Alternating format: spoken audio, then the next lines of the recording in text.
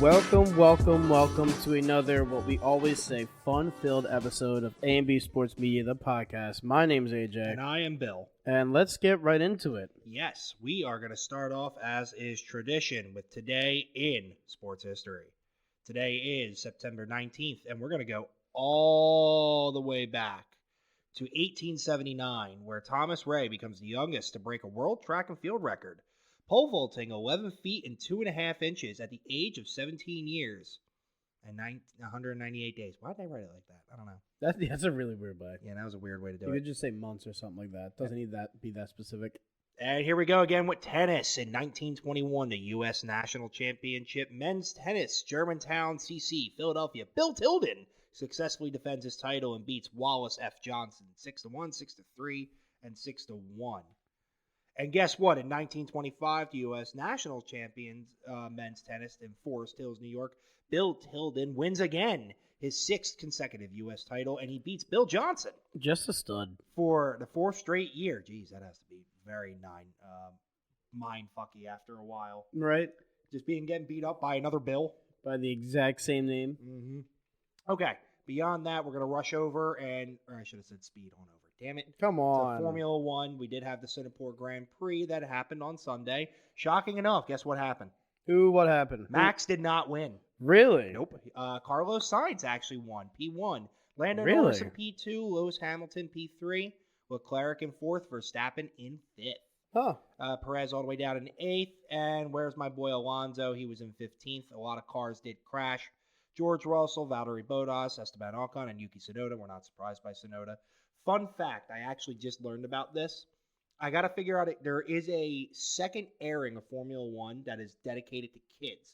Kind of like how the NFL does Nickelodeon for the Super Bowl. Ooh, and I got something from the NFL too. And the funny thing is, Yuki Tsunoda, his microphone is muted at all times on the kids' broadcast with how much he fucking curses. Oh my God. It's hysterical. That's amazing. But honest to God, I looked at some of the video that it showed, and it looked a lot more interactive than what we see normally in the Formula One broadcasting. So I'm about it. This doesn't affect the Drivers' Cup or anything like that. So good for Carlos for winning. Props for Lando getting second to best. And Lewis Hamilton's the one with the hairy chest. It's the very best. Yeah. Like the very best. One ever was. But also, kind of going off of that kids thing, the NFL's doing. You're right. It's so funny. I'm so excited for this absolute mess. But so they're doing a fully animated Toy Story version of the Falcons versus Jaguars game, meaning that everything that happens in the game is fully animated into Toy Story. That's incredible. If they pull this off, I will sing their praises for years. But I have a feeling it's going to be the worst thing ever, and I'm going to love every minute of it. I hope somebody flips the bird. Every minute of it. Flips, air humps, all the most raunchy things that we can get. Raunchy raunch. Absolutely.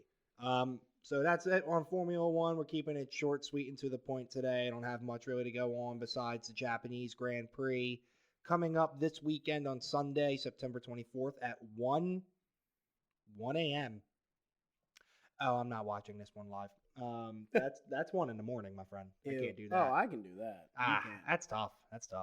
Anyway, we're going to go on to the Union Soccer. They did play against Cincinnati, the number 1 seed, and they tied 2-2. They both received red cards on that game, and they will be playing again tomorrow at 7:30 p.m. Eastern Standard Time against Charlotte. Regarding their standings right now, they still are in 4th. With a total of 47 points. New England has 48, and Columbus is below them with 45. So we have a 2-goal differential between 4th and 5th. That's great. We still have a chance to at least get into 3rd and potentially fight for 2nd. Cincinnati's still too far ahead with 58. Moving on from there, hockey is actually coming back soon. We're not getting ready to talk about it just yet because preseason is actually starting to follow in the next week as well on the 24th, I believe. I'm double checking that as I lost my scheduling because it just moved me. Stupid. How could you? Yeah, the 24th or the 25th for the Flyers to start back up. I will start recovering the Flyers and all their lovely, lovely losses that come along until they disappoint me to no end. Lastly, we're going to get into our UFC tonight. UFC from this weekend and the next week. We had UFC Noche, which was Alexa Grasso versus Valentina Shevchenko 2. This was at the T-Mobile Arena in Las Vegas, Nevada on Saturday, September 16th at 10 o'clock Eastern Standard Time. It was a pretty good card. It was a free title fight. And I have a feeling that based off the commentators on what they were saying, they're probably going to turn this fight night, the UFC Noche, where they have most of their Mexican fighters come out, become a pay-per-view event. Okay. It was kind of BS when they said that, but hey, I'm all about it.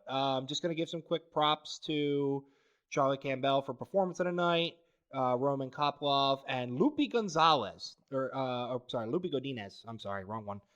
Performance of the night, all three of them. And now we're going to just jump right into the main card. Mama's name is Lupi? Lupi. Her name awesome. Hey, she was good. She fucking threw. She's a wrestler. Lupi straight up picked this girl up. Poor Elise Reed. Picked her up, slammed her ass on the ground, and then beat the shit out of her. It was minus 440 odds. Yeah. It wasn't even close. It was via sub by the end. Props to Lupi. It was funny, though, because DC, who's a big wrestler, one of the commentators, lost his shit when she slammed him. Really? Because he was like, oh, she's doing moves I know.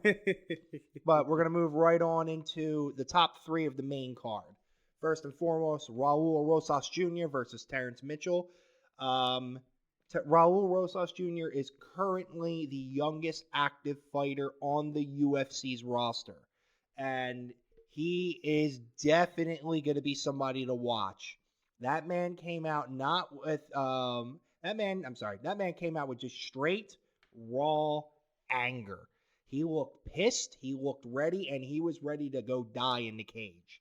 Luckily, he didn't really need to do that because it took him only 54 seconds to win via knockout.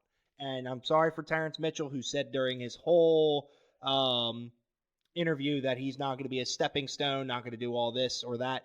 You got knocked the fuck out because he got flash KO'd too. Really? So he got hit when Raul did basically like not a check hook. Terrence was moving to the side, so when he threw the hook, he turned with it, so the hook hit. Terrence straight up flew in the air, flash knocked out until he hit the ground, woke back up, and then continued to get beat on. Jesus. And when he walked off, though, Raul Rosas, that was not like a war cry. That was just straight anger and frustration he just released. Like it was just a demon coming out of his mouth. Just, oh! So, good for Raul. Good for him. All right, moving on to the welterweight bout that I was very excited to watch. Kevin Holland versus Jack Della Maddalena. It was a very good fight, a little back and forth, a lot of striking. Went all 3 rounds. It was a split decision to Jack Della Maddalena.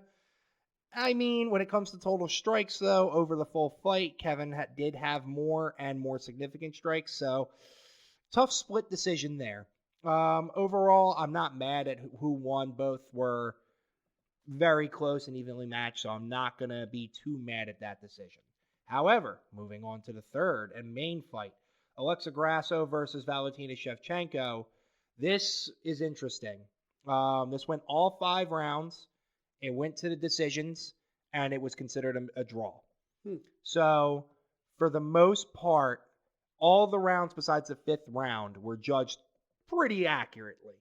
However, there was a 10-8 round given out for, I believe it was Alexa Grasso. And that fucked up everything to cause the draw to happen. So, with that being said, that was the Nevada State Athletic Commission actually did a special 10-8 training session for all licensed judges because of that card, or because of that fight, because it was a championship fight. Yeah. It caused all this hell. That's kind of crazy, actually. Yeah. It was something to see. I can't believe it, honestly. But it happens. I mean, I'm noticing too. Yeah. It was that. So, what's? Oh, here we go. I got the scorecards up. Let me look at this one more time. Valentina. Okay. I'm not even gonna try to pronounce that. Shevchenko. Yeah, she had a lot of takedowns. She did. So just to read it out, it looks like from the way the cards were reading, that for 2 of the judges, each went one way, Alexa and Valentina. They gave Valentina, for the most part, rounds 1 and round 3. And then they also two of the judges gave her round 4, so that's 3 out of the 5. Yeah. However, on the one judge that scored it 47-47, Mike Bell, he gave her that 10-8 in the last round, which caused his card to be 47-47, causing that draw to happen. That's why they're freaking the fuck out, though, because why did they deserve a 10-8 when the other two judges called it 10-9? Yeah. It doesn't make sense. The other problem that we have, and I'm going to go on a small rant about this, is the way the judging is for the UFC is not based off mixed martial arts. It's based off boxing. It's a 10-point system that was found, that was basically adopted from one to the other. They just included all the strikes to control time, takedowns, everything into that 10-point system. But this is where we see those issues arise where how can you determine all that just out of 10 points? Yeah. So that's going to be, hopefully that meeting does take care of some shit because we can't have this again. The good news is it's such a good fight that we could see this a third time and nobody would care. Oh, that's pretty cool. It'll definitely be a co-main on something though. It's not going to be a main card again. How do you train judges on 10-8s? I don't know, and I wanted to tell you this too. I'm slowly, I've been looking into it daily. I'm trying to look into finding a way to get my MMA referee license. Ooh. It's not something I've delved into too much yet, but it's something I've always wanted to do because I've always been passionate about the sport. I have trained, albeit never as much as to actually get into a fight, so I'm not saying I'm good at it, but it's something that I've always been passionate about, and I think it would be fun to be able to do and also help improve the sport if I can. 100%. And you would rig our fight. So. Yes, I would. Our fight, nobody else's. But and overall, I want to see what I can do. I just need to reach out to the right people about it, and so far I haven't had any luck. So if anyone does know for whatever reason, let me know. Beyond that, though, out of that card, we're going to go into next week's card. It's another fight night. Just a note, we are not going to have a pay-per-view event, I believe, until October 21st. Every other fight in between them will be a fight night card. You can watch them on ESPN+. So what is the difference between a fight night and a pay-per-view? Simple. Fight night cards usually do not have a championship bout on there. Okay. Normally. The UFC Noche was one of the few that did. I hate to say it. It may be because some of those fights may not be as well, not as popular, but they may not want to put make a fight. Trying to say it nicely, but sometimes the fights may not be interesting. Yeah. Although this one was, so I'm not saying anything against it. But sometimes. I mean, a good example is Rose. Hate to say it.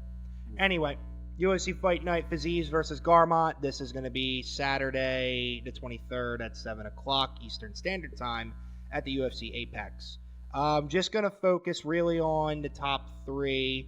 I know, actually, I'm sorry, there's one more. In the prelims, in the heavyweight division, you have Muhammad Usman versus Jake Collar. Do you know who Muhammad Usman is? Is it Usman's cousin? Nope, brother. Brother. That's his brother, and he's a heavyweight, and he's thick. He's thick. A big boy. I think they're giving him a layup with Jake, but we'll see how that goes. Holy shit, yeah, he a big dude. He a big dude. He tatted up. I'm trying to find how tall and everything he is. I don't. No, I got you. Thing No, I got it. It's right here. He's 6'2", and he's 239. 79-inch reach. Yep. Jesus Christ. Yeah, he's dangerous. He's strong. He is strong. But we'll see how that goes. Good luck, Usman, because he needs to keep winning. Eventually, he may fight one of the junior or Justin Tafas. That would be good. Tim Means, you're on this card. Way to go. Beyond that, moving on to the main card. I'm just going to focus on the first one, the featherweight bout, Charles Jourdain versus Ricardo Ramos. I've always been a big fan of Charles Jourdain ever since I started watching UFC. He's currently 14-6-1. Ramos is 16-4, both coming off wins. Charles is a great striker. He has 8 wins by knockout, 4 first-round finishes, and 4 submissions. He has beaten Shane Burgos, which is actually a very good accomplishment, but then he did lose to Nathaniel Wood. So overall, he lost his rankings in the UFC, in the featherweight division, and he's trying to get himself back up there. I would take Charles Jourdain by submission if possible. moving on right from there, we're just going to go into the top two, the co-main and the main. Into featherweights again. Number 10, Bryce Mitchell versus number 12, Dan 50K Ige. I know how to say that one, Ige. Wow. Bryce Mitchell is one of my favorite hick fighters that there are because he's straight out of, I think it's Alabama or Arkansas. He is a straight old hick, and I love it. The best part about him, though, is his trunks.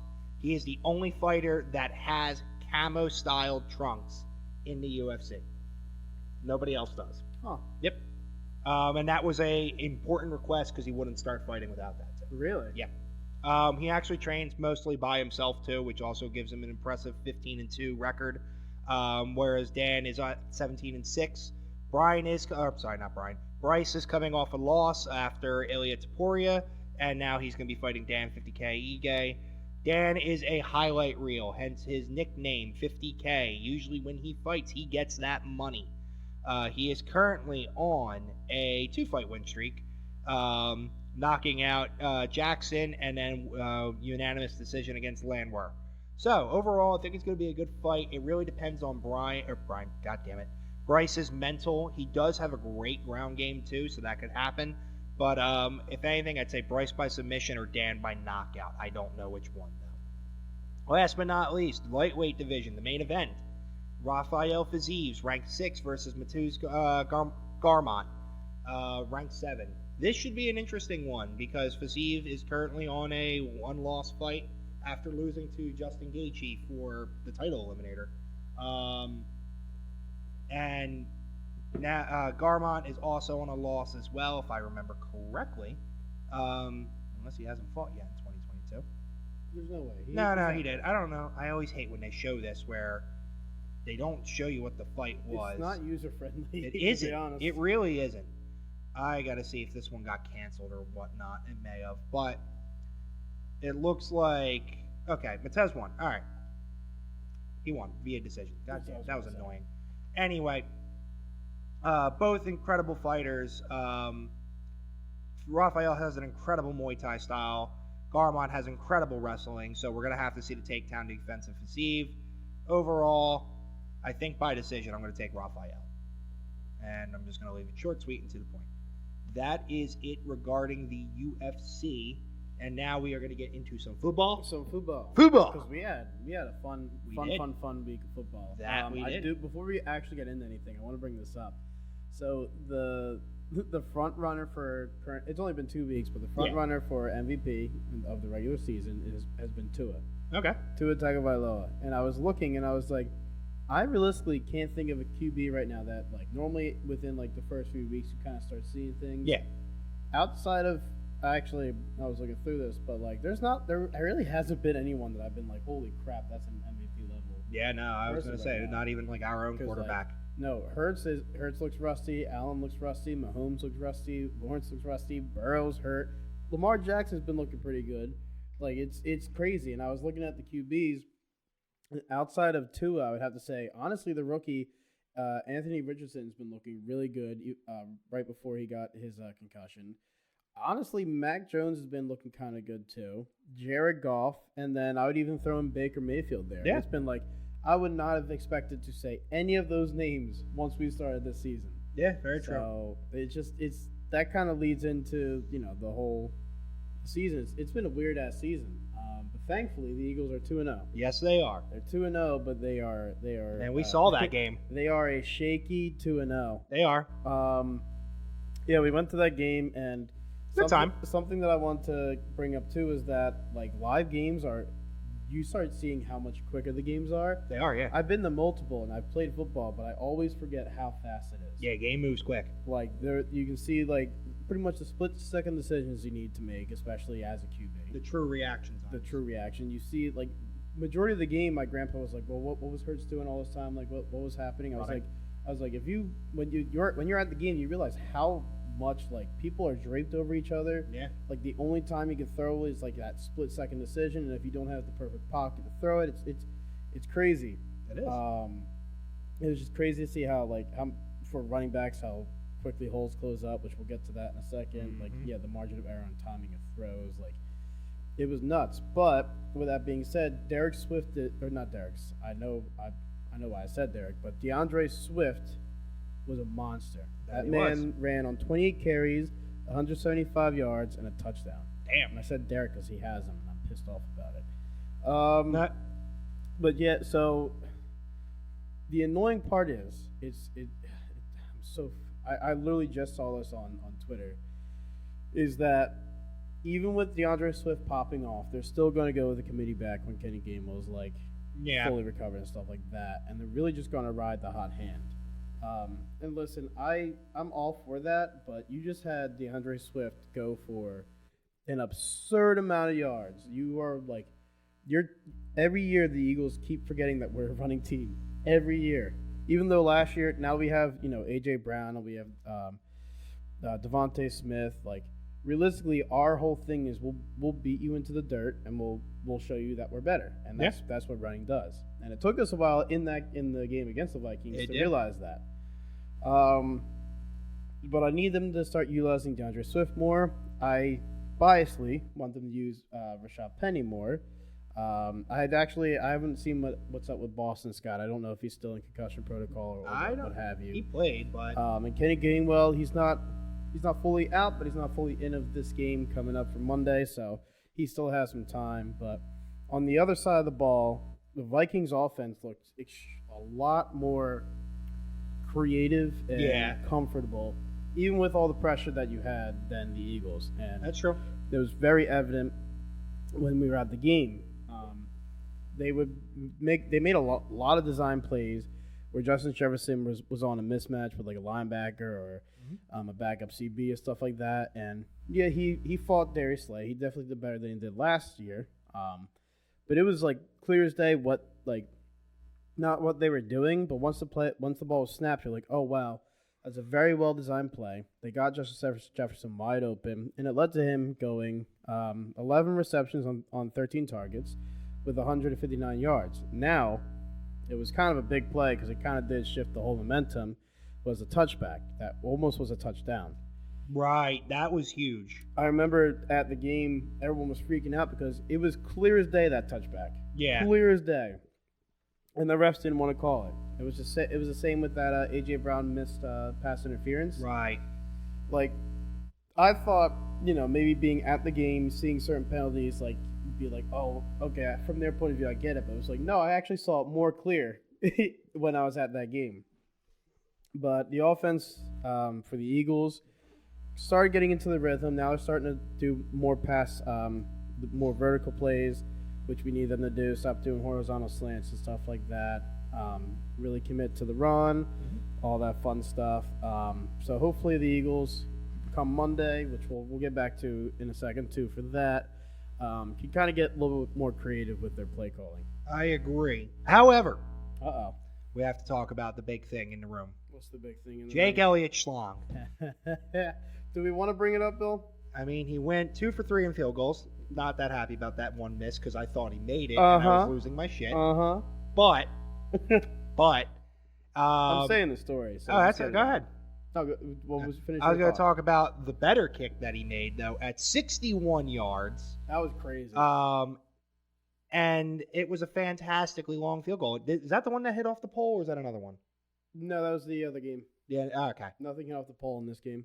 That was the other game? Oh, okay. Yeah. But yeah, 61 yards for Jake Elliott. That was a massive kick. He has the leg. We love it to death. AJ, you can make fun of him. He's automatic whenever it's like over 50. But no, he actually missed one this game. Well, this one, but there was a pure reason for it. So Billy is a well-renowned Jake Elliott fan. His team on fantasy is Jake Elliott Fan Club. It is. And he wears his Jake Elliott jersey to every game. Every single game. So when we were at the game, the very first field goal, the very first one, he turns around and says, "Jake Elliott's my boy. He's going to make this." Like he just hung as a horse. All this fun stuff. He kicks it. From our angle, we couldn't tell it went through, but it didn't matter. Billy was celebrating regardless, and I'm staring at the refs. I'm like, "Uh-oh, this might not have went through." And I saw no good. And it doesn't matter to Bill because he's already turned around with his jersey flailed up in the sky like, "Jake Elliott's my boy," and the whole place around us turned to them and was like, "You're a fucking idiot," and all started pointing and laughing. Yep. But you know what? As the next the next field goal, everyone turned and was like, "You don't say a goddamn word And right I now." did it, and he did, and he made it. And it hit, but it was just so funny. That Bill was freaking out so badly. I was so mad. Oh, that was funny. But on that note, we'll move into the Sunday slate of games, which were extremely fun. I'll start with the Seahawks versus Detroit, because it was looking like Detroit was slowly losing this game pretty handily. Yeah. Seahawks were starting to get up ahead of things and stuff like that. But just like in football, you pretty much you got to go by through the I'm just so excited for this game. It's so good, and I need to talk about this penalty too because the penalty kind of decided it, in my opinion. So pretty much the Seahawks and the Detroit ended up getting a very close game. Geno Smith made some really, really, really dumb decisions. One of them being pretty much it was a third and long, and he couldn't have taken a sack realistically, or all he had to do was kind of throw it away, and the punt would have been easier. Instead, he avoids a sack, and instead of throwing it away, he tucks the ball under his arm and just starts running around. Like he pretty much ran all the way to his own 4-yard line and got sacked. And I remember I was watching this with my friend Alex, and we were just like, "What the fuck did he just do? Like, what was the point of that? There was no point. Just throw it away." And that led them to getting almost losing the game. It ended up going into overtime. Seahawks got the ball first. Seahawks were driving down the field. And then this is where a controversy happened, Bill. Oh, okay. So they were driving down the field, and it was the last play of the game, obviously. This is the one that won them the game. But Hike called the ball. He rolls out, and immediately you saw an O-lineman, choke holding the guy, the blatant ones where he's holding his hand up. It was that blatant, which led to him finding Tyler Lockett, touchdown, game's over. Now it wasn't like a pass interference type, but he was right there, right in front of him. You should have blown it. Exactly, and that kind of put a little stinker on the game, on a very, very good game. But outside of that, David Montgomery was actually pretty much the lead back, where a lot of people thought it was going to be Jahmyr Gibbs. Right. But David Montgomery went out. He's now day-to-day. Yeah. And people expected, Gibbs to kind of pick up the load, being a first-round pick for Detroit. And that wasn't the case. Craig Reynolds came in and kind of took over the David Montgomery role. So that's leaving a lot of, fantasy implications here. Yeah. And I was very confused on why they did that, because Jahmyr Gibbs, you drafted him first round. He was the second running back off the board of the whole draft. And when it comes down, when your main running back kind of gets hurt, and they said this before the game too, they were like, hey, he's going to be getting more touches and stuff like that. They kind of didn't go with that, and it confuses me, which we'll get into waiver wire talks later down the line, which this will affect, but it made no sense to me. So the reason I brought up that other play, that penalty towards the end, was because it happened a few times throughout this week. One of them being the Broncos versus Washington, which that was a fun game too. The exact same thing happened. Broncos were up. Washington wasn't looking too good. Washington came all the way back, but instead of Broncos holding off like the Seahawks did, Broncos ended up not holding off. But they had this crazy play. It was like one of those Hail Marys. They threw it, I think it was like a 50-yard bomb, and it was tipped up and then caught by a Broncos. Everyone was freaking out, and they had to score a 2-point conversion to tie the game and go into overtime. Well, the play happened. Russell Wilson throws to Courtland Sutton, and it was like the guy was draped. It was a clear pass interference. Yeah. Like even the announcers were like, that's what just happened. Yeah. And the game ended, and they lost. They couldn't review it? No. They just didn't want to? No, you can't review a penalty that hasn't been called, or a penalty at all. That's a bull. And that was a few years ago. They tried reviewing penalties or stuff like that, and the refs had this huge boycott where anytime, because they want to be right. Anytime it was reviewed, then they would just keep the same call. Yeah. And it was constant. Like it was well known. It's like, all right, well, you guys are just fucking this up again. Like it's just so stupid. But Angels in their ears. yeah. But moving on to the next game. So it was this game was a battle of kind of like Jordan Love isn't a rookie, but he's finally this is his first year leading the team. Mm-hmm. And it was a battle between him and Desmond Ritter. It was Green Bay versus Falcons, and that was a fun game. Falcons fought their way back to win it. But Jordan Love, even though he didn't get the job done, for 2 games in a row, for finally leading this Green Bay Packers team, where a lot of people thought he was going to fail, he's thrown 3 touchdowns and no interceptions for 2 games in a row, which is very impressive. Yeah, no, that's real especially good. Against the Falcons defense, where they're a pretty decent team. Yeah.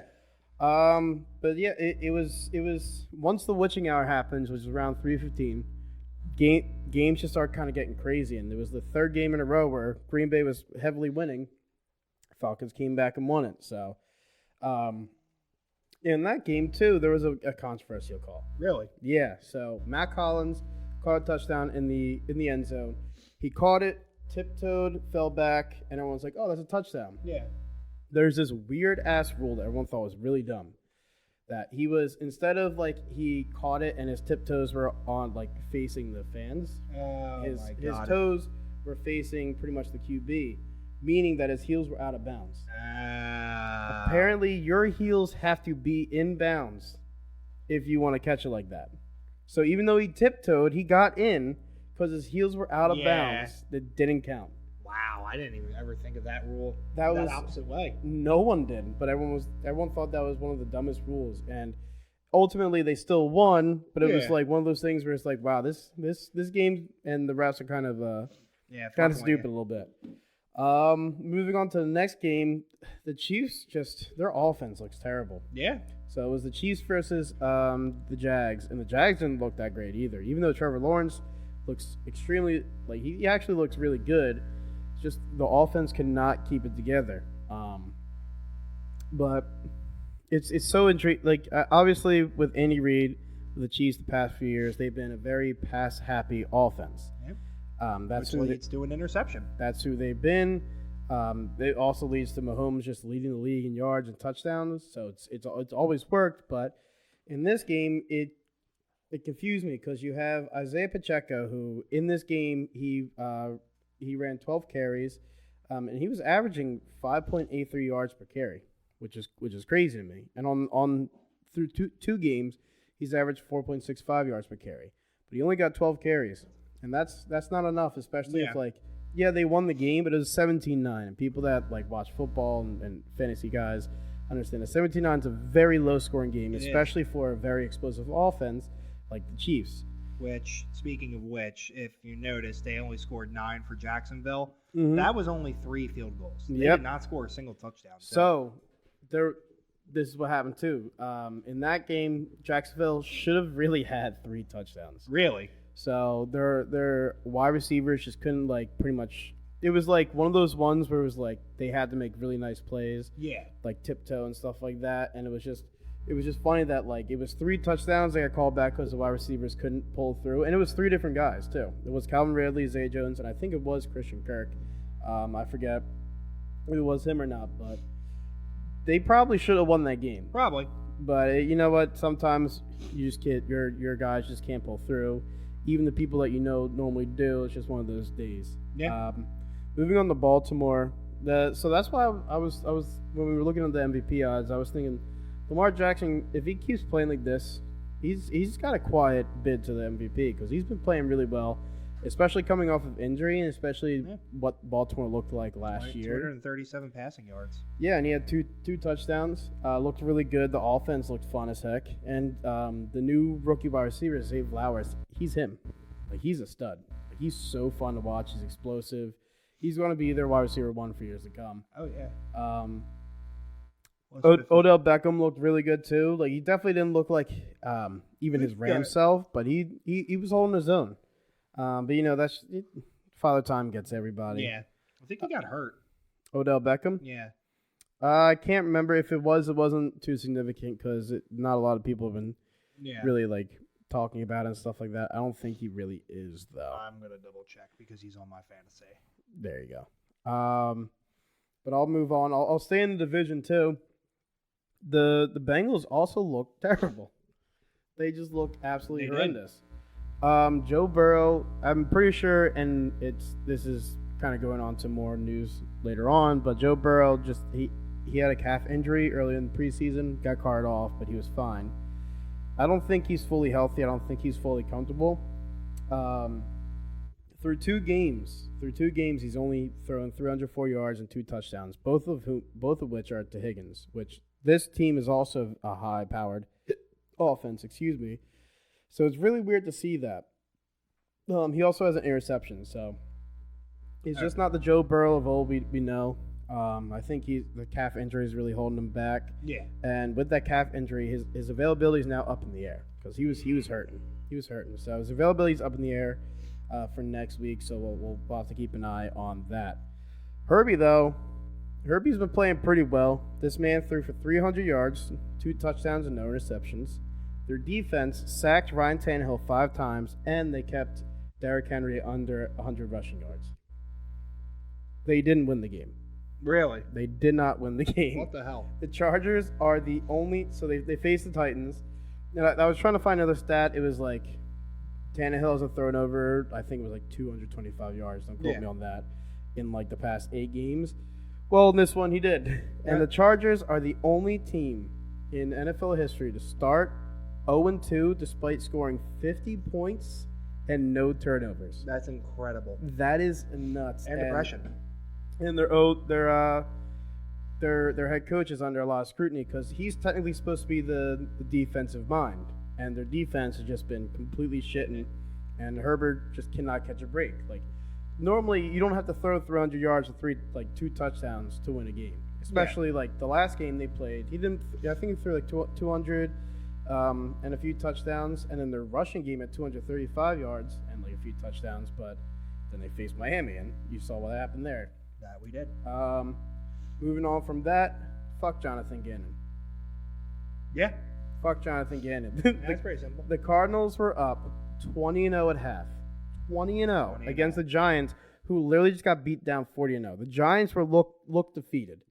Like at the half, it was over. Like we all thought it was over. They made Joshua Dobbs, who is in his 30s and hasn't started anywhere, look like Cam Newton in his prime. It was great. Like I forget who the safety was, but he got run over by Joshua Dobbs. I thought this game was over, but it wasn't. They couldn't score points in the fourth quarter. In the back half, they scored 31 points. The Giants. I know. The 14 back in half. the third, and then 17 in the. This is Jonathan fourth. Gannon, another defensive-minded player who was trying to figure out contracts instead of figuring out a game plan for the Chiefs. Still pissed off about that. But yeah, the whole game, everyone was just saying, "Fuck Jonathan Gannon." Thank God. Like kidding. It was the Giants, but like, good job, Giants.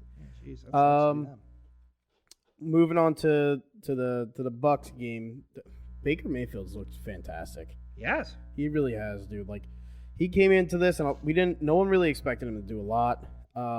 Especially with he went into this with the QB battle. Yeah.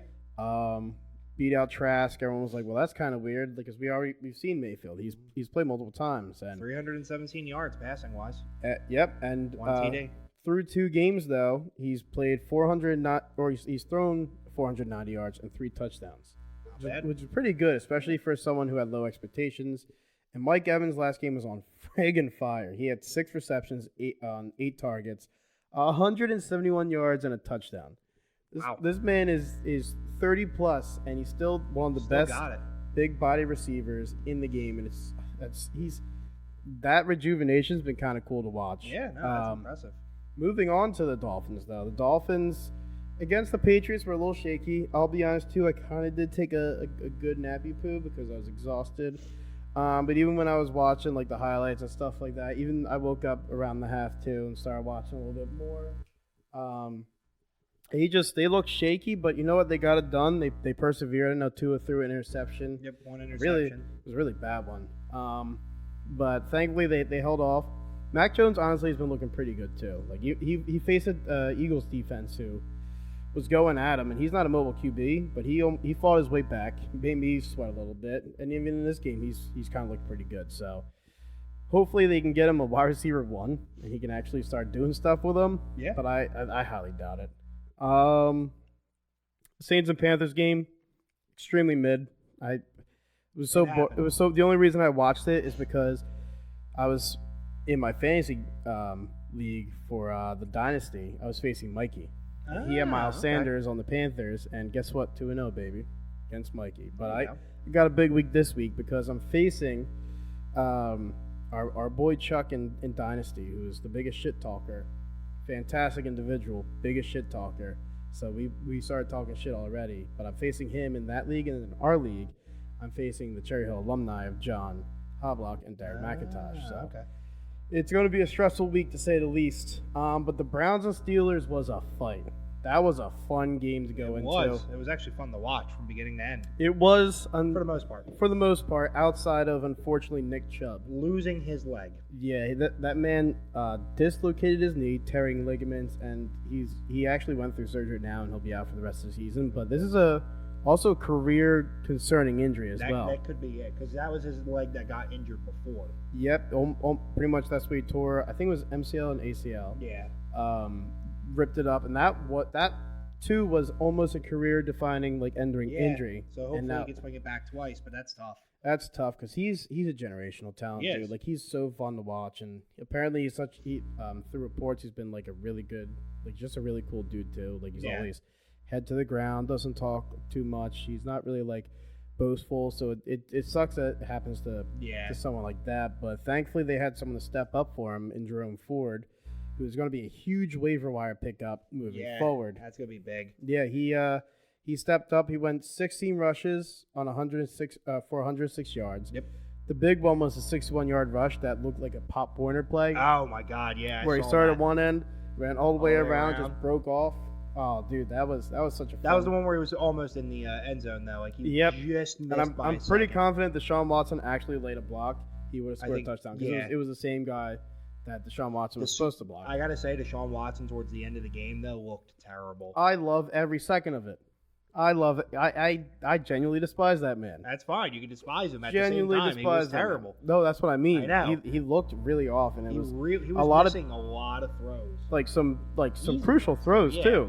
Those decided the game. They did. Because Kenny literally lost the game. Because Kenny.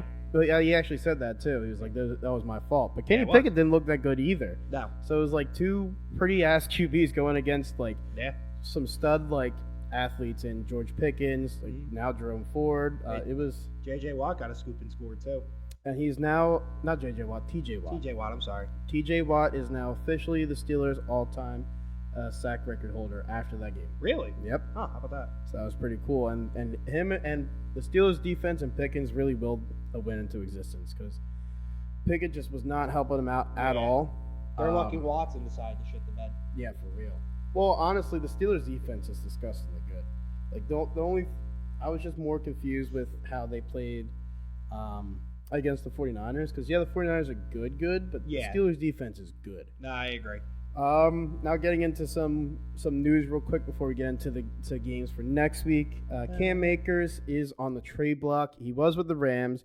He was touted as the guy going into the season, and immediately no snap share. Kyron Williams, who's another waiver wire pickup, he kind of took hold, and now the Rams are saying that he's on the trade block. They're already getting calls from teams like the Ravens, the Browns, the Bucks. So interesting to see where he goes. I have him, so I'll be monitoring this very closely. And also Kareem Hunt is visiting the Browns. So I don't know. I'm pretty sure he left, but he's already visiting the Browns. Also too here. So Jesse Morse, MD's talking about Nick Chubb's left knee injury, and the range of possibilities is kind of huge. If it's MCL alone, which is very unrealistic, that's the least severe. Second most severe, MCL plus ACL plus meniscus, and he goes down the line. He said most likely is number 4, which is knee dislocation with multiple ligament tear. Can also have a vascular injury, which would be very scary because if the artery that runs behind the knee is torn, that could be limb threatening. I haven't heard anything about that yet, That's terrifying. so luckily I don't think so, but he said possibilities range from missing 6 games, which is the best case scenario, which is already That's called too many. out, Yeah. to season ending to possibly career ending. So That's a shame. that's very sad for him. I'm really hoping it's only just season ending and he comes back next year, so we'll have to keep an eye on that. After 2 weeks of football, the QB number 1 is Kirk Cousins, and then Jordan Love's QB number 2. And after 2 weeks of football. Didn't expect that. Actually, too, Kirk Cousins is currently on pace to put up the best season an NFL QB has ever seen. Cousins is currently on pace for 6,018 passing yards, which would be almost all-time by 541 yards. He's on pace for 554 completions, which would be most all-time by 54 completions. Fun number. And Cousins is on pace for 51 passing touchdowns, which would be second all-time, only behind Peyton Manning. But he still lost to us. So He's it's still okay. and their team's still 0-2. They're still 0-2. They're That's the worst 0-2, part. which is crazy to me. But so the waiver wire is coming up, and there's going to be a lot of people. I'll run through this real quick because I do want to get into the other games coming up for next week. So for people for waiver wire, I would highly recommend, if you can, that probably isn't likely, Jerome Ford. He's rostered in 77% of leagues. Matt Breida, because Saquon Barkley went out with an injury. He's Right. they're saying he's actually only day-to-day and could possibly play, but we'll see because he had to get helped off the field. He was very upset, so we'll keep an eye on that. But Matt Breida's only rostered in 33% of leagues. I would also say Tony Jones, running back for New Orleans, because Kamara's still suspended. Kendry Miller, we don't know what's happening, and Jamal Williams went out. And Tony Jones, I would say he's the lowest running back to look for, but he put up 2 touchdowns, so he's a touchdown-dependent man. So I'd highly recommend that. And then if you can, Zach Moss, he's rostered in 86% of leagues, but after the usage for him and how much he's put up, he looks really good. So last but not least, Craig Reynolds. It's the running back I was saying once David Montgomery went out. Thought Gibbs would do this. Gave it to Craig Reynolds. What people are thinking now is that Craig Reynolds is going to take the Montgomery role, which would be very intriguing, and he's only rostered in 4% of leagues. So I'd highly recommend looking into getting him as well. So most of the waiver wires is going to be a lot of running backs, just because right now a lot of injuries to running backs. Running backs are very scarce this time of year, even with everything going on with contracts and stuff like that. So highly recommend getting you one of Jerome Ford, Matt Breida, Tony Jones, if you can, Zach Moss. That'll probably be a trade, or Craig Reynolds. Now we are going to move on to Thursday night football. We got the Giants versus San Francisco. We do. Bill, what do you think happens? San Francisco wins by a lot. I also agreed. So this is Caesar Sportsbook. The line's -10 for San Francisco. And the over-under is only 44.5. So I'm actually... Yeah, it's the spread is 10. Over-under is 44. I'd take the spread, though. Yeah, I'd probably take the spread, too. Even though the Giants came back, it was the Cardinals. Yeah. And Dallas, who they're definitely a very good team right now. They're a contender, and they're I feel hot. like Dallas just has a soft schedule right Well, they faced the Jets of no Aaron Rodgers or Zach Wilson. They faced the Soft. Giants, who, soft. pretty soft, but at the same time, that Dallas team is pretty good. I still think San Francisco's defense is significantly better. I would either go the spread or the under. I would take the The only spread. time the over gets hit is if 49ers score Go more. off, yeah. Score more. Well, they may score 30-something points, and the Giants may score, 10. Yeah, you never know. I'd actually, for anytime touchdown scores, I would look for Daniel Jones. That's a good move. Plus 250. It's not too bad. Looking at the rest of them, George Kittle, Brandon Ayuk, Deebo Samuel, they're all plus 190, plus 110. And then Christian McCaffrey is minus 290.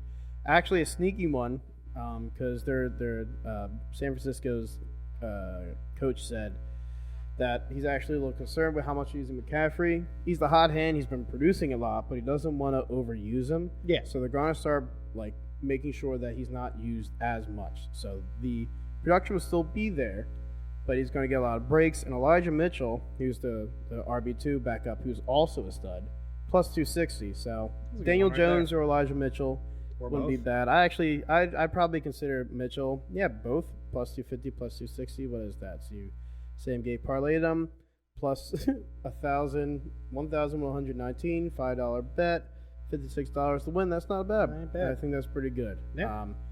But yeah, I think Giants lose this one. I agree. Moving on to the 1 p.m. slot of Sunday. The game that we chose here to talk about, which I think is so fun to watch. The Chargers and Minnesota Vikings, both 0-2. The battle on who sucks more. The both trash can game. This is going to be such a high-scoring event. It is. It's going to be a crazy thing. Los Angeles is ranked 32 in defense. Yep. That ain't good. But they're the fourth in offense.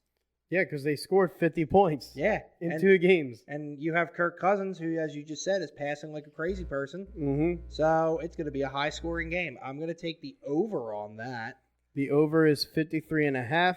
Actually, I would agree with you. The spread, though, is only -1.5 to the Vikings. I'm not surprised, actually, by that Intriguing. small score game. Or a small spread.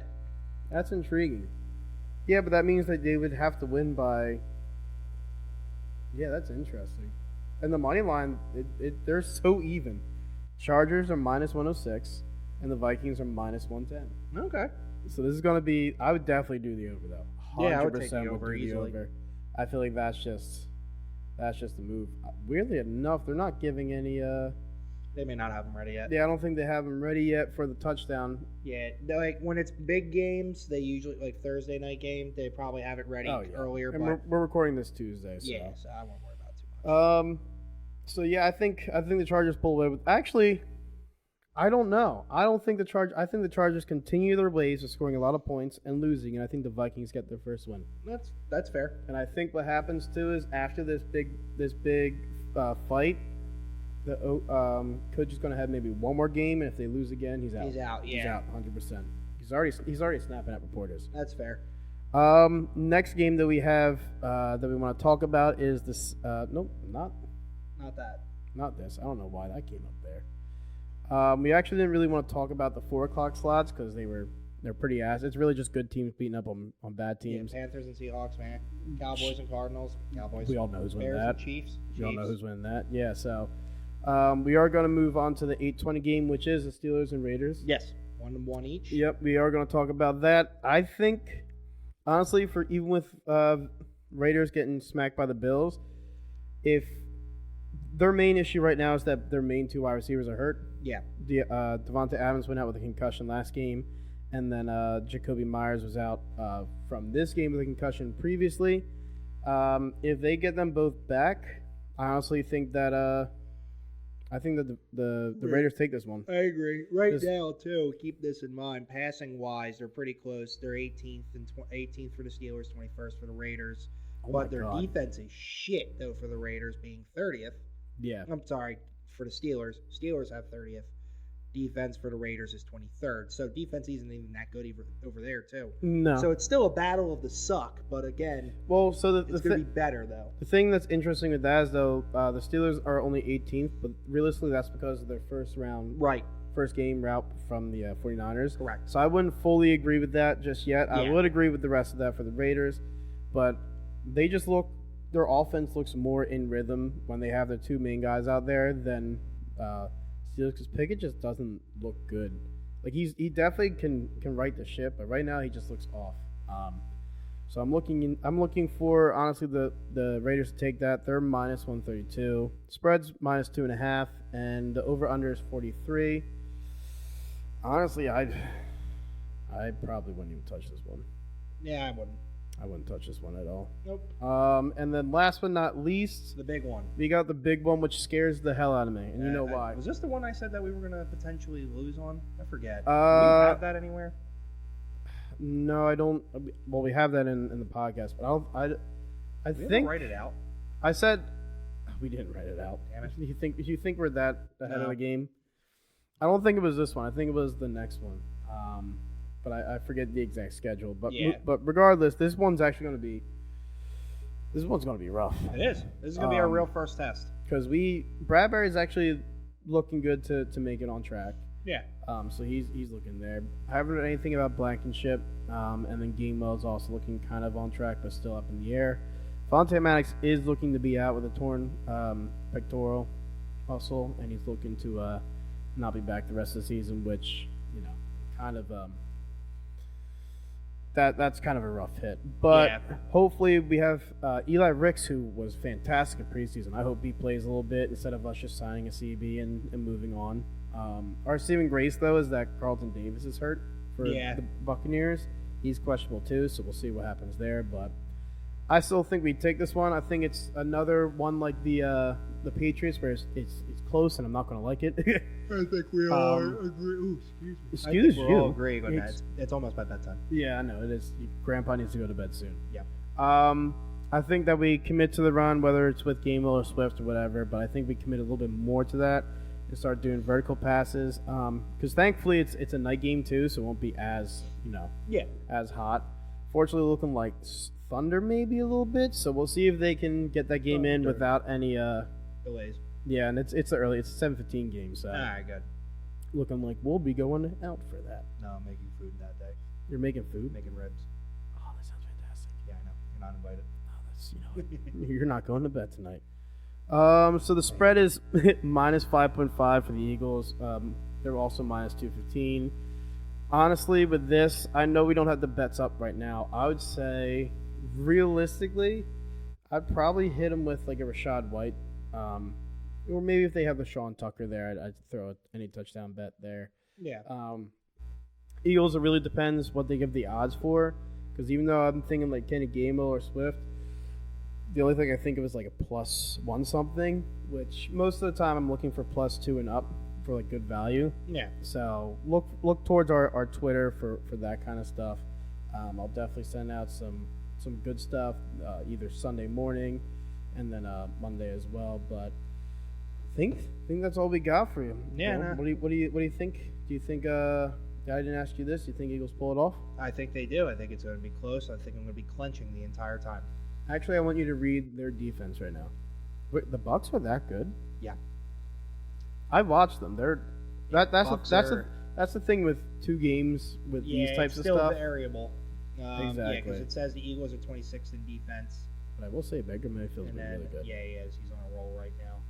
He actually said too, he was like, the team coming in is a really good team, and if we make the small mistakes like we did before, we're not going to win. Which is kind of 69% passing rate, 490 yards, 3 touchdown passes. Whereas 0 ends. We have 71% for Jalen Hurts, but only 363 yards. Yeah, that one interception was more just like a punt when we were at the game. He was just looking like the passing yards. Like we don't pass as much as them. We do rush more, but we're more of a rushing team. Yeah, I think that's how we win. Yeah, I think rushing, then going vertical with it. But remember, because I'm going to be sending out some stuff for some any touchdown prop bets. So please make sure that you follow us on Twitter at AB Sports Media, and then also reach out to us on our email, billandajmedia@gmail.com. Once again, my name's AJ. And I'm Bill. And thank you for listening. Get the hell out of here. Grandpa needs to go to bed. Listen to him snore. He's already crying.